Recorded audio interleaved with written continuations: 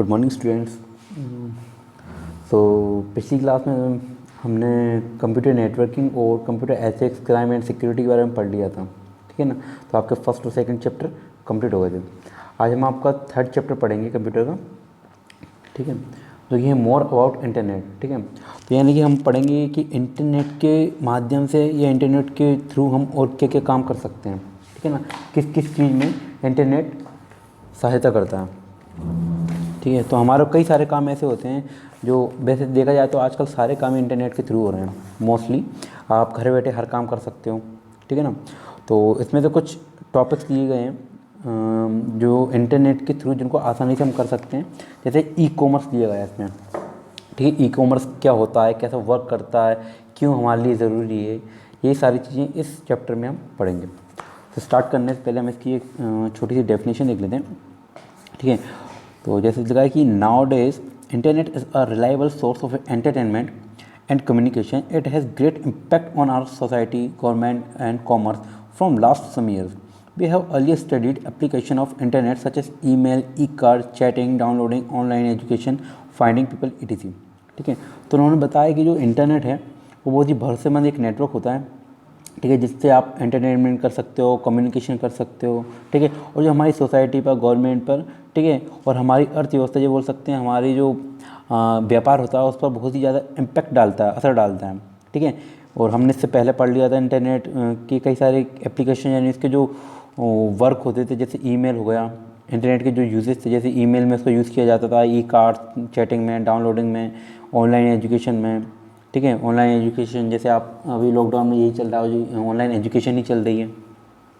आप जो वीडियोस देख रहे हो ये भी एक ऑनलाइन एजुकेशन का ही पार्ट होता है, ठीक है।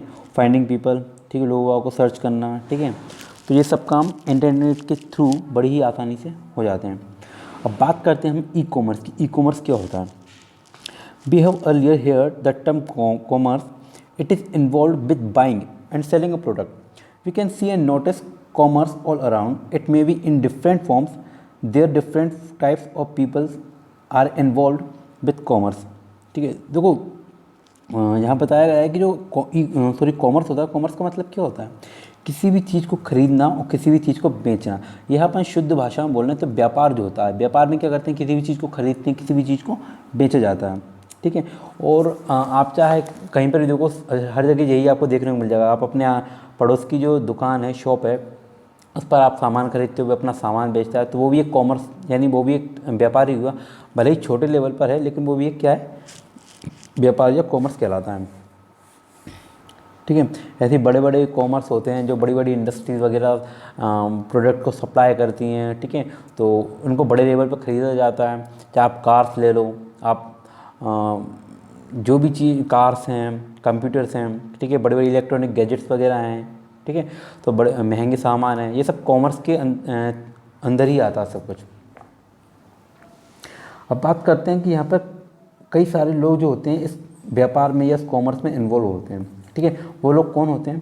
प्रोड्यूसर्स, सेलर्स एंड बायर्स, ठीक है। ये तीन लोग हैं मेनली जो इसमें हाईलाइटेड होते हैं, यानी कि ऊपर से अगर देखा जाए तो ये तीन लोग मेन होते हैं, ठीक है, जो कि कॉमर्स में अपना योगदान देते हैं, जो इसमें ऊपर से अपन इनको देख सकते हैं, ठीक है। क्योंकि देखो, अगर कोई भी प्रोडक्ट बन रहा है उसमें कई सारे लोग काम करते हैं, ठीक, कई पैसा लगता है, ठीक, कई सारे लोग इन्वॉल्व होते हैं। लेकिन अगर मेनली देखा जाए ना, तो इंडस्ट्री का जो ओनर है, जो प्रोड्यूसर है, ठीक है, उसको अपन मेन हाईलाइट करके देखेंगे कि प्रोड्यूस कौन कोई प्रोडक्ट को कौन प्रोड्यूस कर रहा है या कौन उसको मैन्युफैक्चर कर रहा है, तो वो कौन होता है? प्रोड्यूसर, ठीक है। तो यहाँ लिखा कि producers are the people who manufacture different kinds of product और आइटम्स एंड प्रोवाइड सर्विसेज, ठीक है। तो प्रोड्यूसर कौन होता है? जो कई सारे जो अलग अलग प्रोडक्ट होते हैं, कई सारे टाइप के जो प्रोडक्ट होते हैं, उनको मैन्युफैक्चर यानी उनको बनाते हैं, ठीक है, और हमें सर्विस प्रोवाइड कराते हैं। सेलर्स कौन होते हैं? Sellers are people who sell the products, item और goods and give service to people, ठीक है। सेलर्स यानी दुकानदार, ठीक है, जो सामान को बेचता है ताकि लोग उन सामान को खरीदें और उनसे अपनी सर्विस ले सकें। Buyers are the people who purchase item and enjoy the service. Buyers यानी कि हम, उपभोक्ता या ग्राहक, ठीक है, जो कि सामान को दुकान से खरीदते हैं, अपनी ज़रूरत का सामान खरीदते हैं और उसको अपनी ज़रूरत के हिसाब से यूज़ करते हैं। अब यहाँ पर एक एग्जांपल दिया है उन्होंने, Maruti producers Wagon R car which the showroom owner sells and people buy it and enjoy their drive. ठीक है, जैसे उन्होंने बताया कि जो मारुति जो जो कंपनी है वो वैगन आर जो उनकी कार का नाम है उसको प्रोड्यूस करती है। ठीक है, और शोरूम क्या हुआ, शोरूम उसको सेल करता है, जो शोरूम ओनर होते हैं वो उसको सेल करते हैं, तो वो सेलर हुए। प्रोड्यूसर कौन हुए, मारुति इंडस्ट्री वाले या मारुति कंपनी वाले। ठीक है, और शोरूम उसको सेल करते हैं और ख़रीदते कौन है, हमारे जैसे आम लोग। ठीक है, उस कार को खरीदेंगे और उसकी ड्राइव को एंजॉय करेंगे। So Maruti company the producer, the showroom owner is the seller and we are the buyer. तो मारुति कंपनी क्या हुआ, यहाँ पर प्रोड्यूसर हुई, शोरूम ओनर क्या हुआ, सेलर हुआ, और हम क्या हुए, बायर हुए। अब बात करते हैं इलेक्ट्रॉनिक कॉमर्स और ई कॉमर्स। तो यहाँ पर ई कॉमर्स क्या होता है, ये तो हमने बात कर ली कॉमर्स की, लेकिन अब ये ई कॉमर्स क्या होता है। So e-commerce means purchasing and selling any product online using the web technologies. Many companies have created their website which offer the facility to order and purchase their product and services.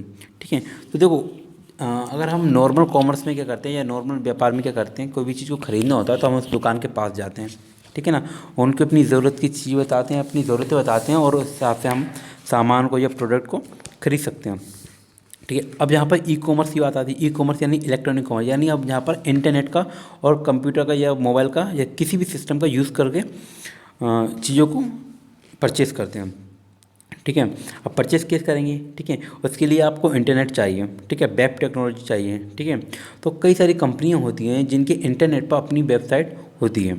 ठीक है, तो उन websites पर जाकर आप वहाँ पर जो भी चीज़ें खरीदना चाहते हो, ठीक है, उसको वहाँ से परचेस कर सकते हो। ठीक है, these websites which offers e commerce and specially designed and have some extra feature. ठीक है, तो जो वेबसाइट होती है ना, ये आपको ई कॉमर्स ऑफ़र करती है, यानी कि आप यहाँ पर आइए और इलेक्ट्रॉनिक कॉमर्स के थ्रू आप यहाँ पर शॉपिंग कीजिए।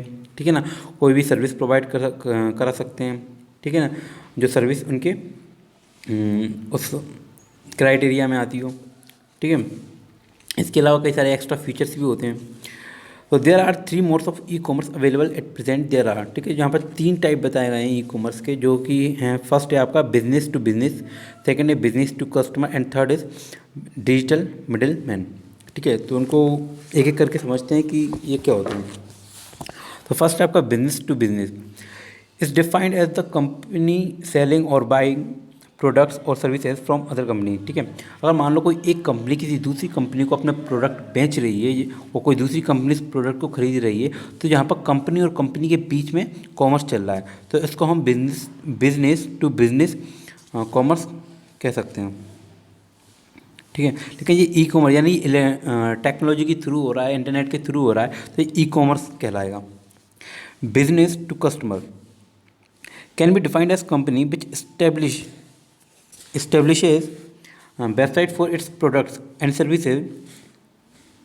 The customer can order any product or service and also get the information about this products and services. ठीक है, मानकर चलो कोई एक कंपनी है, ठीक है ना, जिसने अपनी एक वेबसाइट को डिज़ाइन किया रखा है। ठीक है, वो वहाँ पर अपने कई सारे प्रोडक्ट जो हैं उन्होंने लॉन्च कर रखे हैं, कई सारी सर्विसेज को प्रोवाइड कराते हैं। ठीक है, तो जो कस्टमर है उस वेबसाइट पर जाएगा, ठीक है, और उस वेबसाइट पे जाके अपनी ज़रूरत के सामान को ऑर्डर करेगा, और कंपनी उसको जो प्रोडक्ट को ऑर्डर किया उसको उसके बताए हुए पते पर या एड्रेस पर उसको सेंड कर देगी।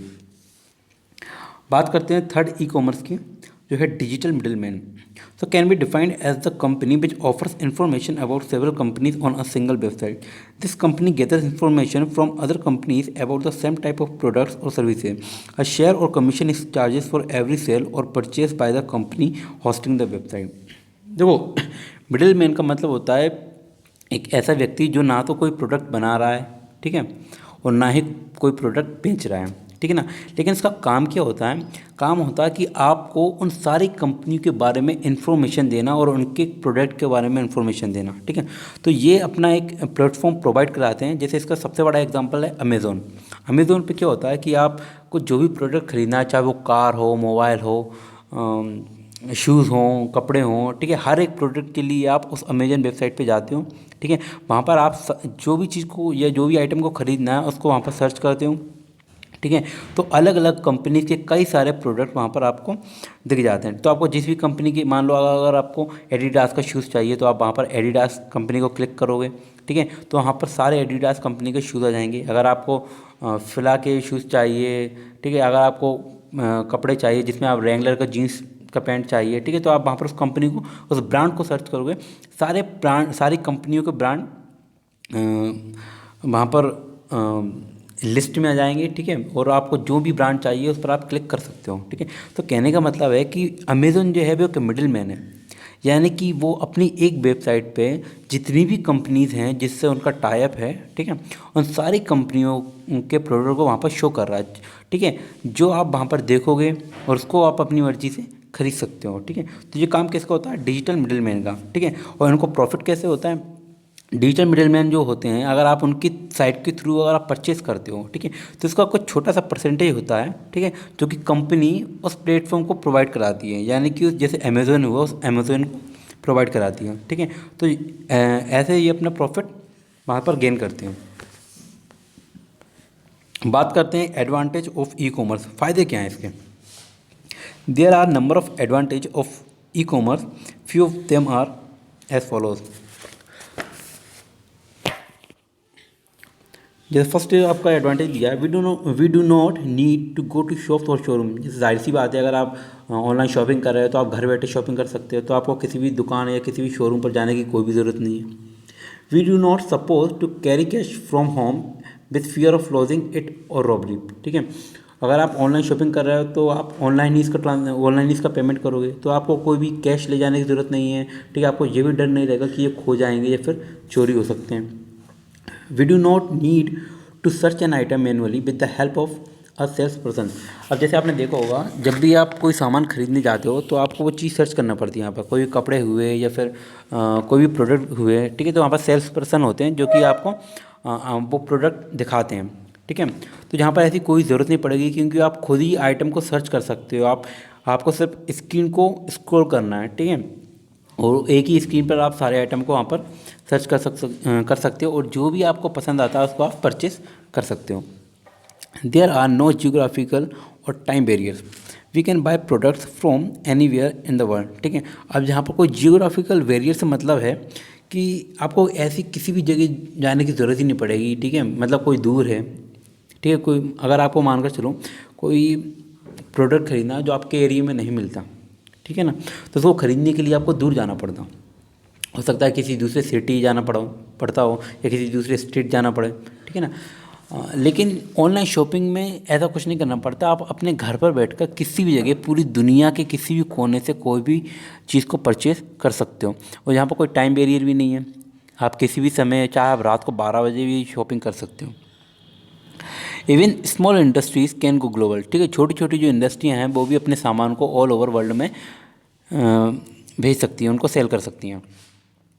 We do not suppose to travel far away to other countries for buying products, ठीक है। अब कुछ प्रोडक्ट्स ऐसे होते हैं जो अपने देश में ना मिलें, ठीक है, तो अगर आपको वो ख़रीदना है, वो आपको चाहिए, तो हो सकता है कि आप उसके लिए किसी दूसरी कंट्री में जाओ, ठीक है। लेकिन ऑनलाइन शॉपिंग अब आपके पास है, आपके फ़ोन में पूरी दुकान है, तो आप घर बैठे दूसरी कंट्री से भी वो सामान परचेज़ कर सकते हो।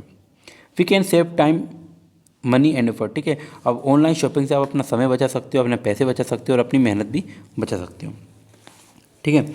अब यहाँ पर नीचे आपको कई सारे ऑनलाइन प्लेटफॉर्म दिए गए हैं, जैसे फ्लिपकार्ट है, अमेज़न है, यात्रा.com है, ठीक है। फ्लिपकार्ट पे भी आप कई सारे प्रोडक्ट्स जो हैं अलग अलग कंपनी के ब्रांड वगैरह हैं उनको खरीद सकते हो। सेम काम अमेज़न करता है, ठीक है। यात्रा.com जो है आपको कोई भी बस वगैरह है या जैसे आपको कहीं जाना है, ठीक है ना, तो आप ऑनलाइन बुकिंग कर सकते हो, ठीक है। आपको कहीं भी बुकिंग कराने के लिए उनके ऑफिस नहीं जाना पड़ेगा, ठीक है। उनकी वेबसाइट पे जाकर आप किसी भी बस वगैरह को बुक कर सकते हो। बात करते हैं ई कॉमर्स पेमेंट सिस्टम की। अब आपने यहाँ पर ख़रीदारी कर ली, शॉपिंग कर ली, पेमेंट कैसे करोगे, क्योंकि जो पेमेंट है वो कैश फॉर्म में तो होता नहीं है, आप उनको कैश तो दोगे नहीं, ठीक है। तो पेमेंट कैसे होता है? An e commerce payment system allow the electronic payment और online transaction It is also called electronic data interchange (EDI). These online payment systems are used with web based shopping and banking। ठीक है, तो जो e commerce payments, देखो अब यहाँ पर क्या, मान लो अगर आपने कोई भी चीज़ खरीद ली और आपको क्या करना है, यहाँ पर पेमेंट करना है, तो जो आप पेमेंट करोगे ना, वो आप उनको ऑनलाइन ट्रांजेक्शन करोगे, या आप बोल सकते हैं इसको इलेक्ट्रॉनिक पेमेंट करोगे।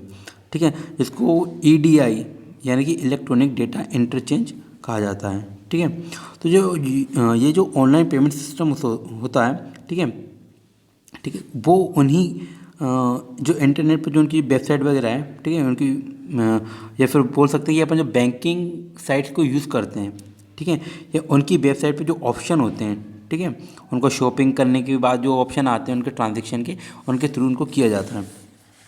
ठीक है, तो देखते हैं कि कैसे किया जाता है।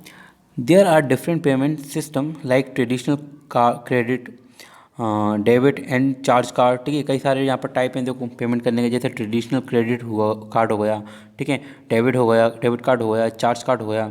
ठीक है, new technology such as digital wallet, e cash, mobile payment and e check are also getting popular with people. ठीक है, आजकल देखो जो टेक्नोलॉजी चल रही है वो है डिजिटल वॉलेट। डिजिटल वॉलेट जो है वो कह सकते हैं कि जैसे वॉलेट क्या होता है, बटुआ, जिसमें आप कई सारे पैसे रख सकते हो।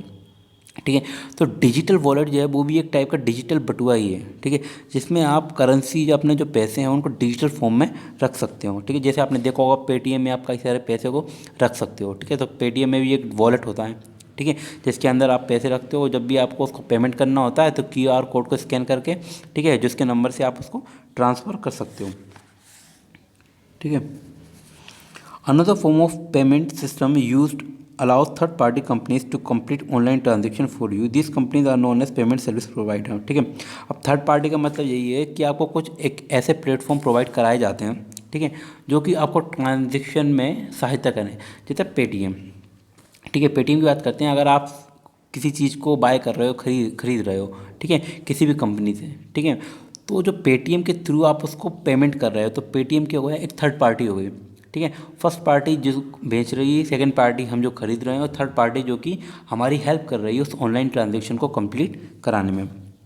ठीक है, तो हम उस पेटीएम के थ्रू या किसी भी और एप्लीकेशन के थ्रू, ठीक है, जैसे भीम ऐप हो गया, ठीक है, उसके थ्रू, ठीक है, ये हो सकता है अपन बैंकिंग के थ्रू, अपना जो बैंक है उसको अपन अपने इंटरनेट से कनेक्ट करके उसके थ्रू भी पेमेंट कर सकते हैं। ठीक है, तो ये एक थर्ड पार्टी प्लेटफॉर्म होते हैं, ठीक है, जो कि ऑनलाइन ट्रांजेक्शन में हमारी हेल्प करते हैं। ठीक है, तो इन्हें पेमेंट सर्विस प्रोवाइडर्स यानी कि PSP कहा जाता है।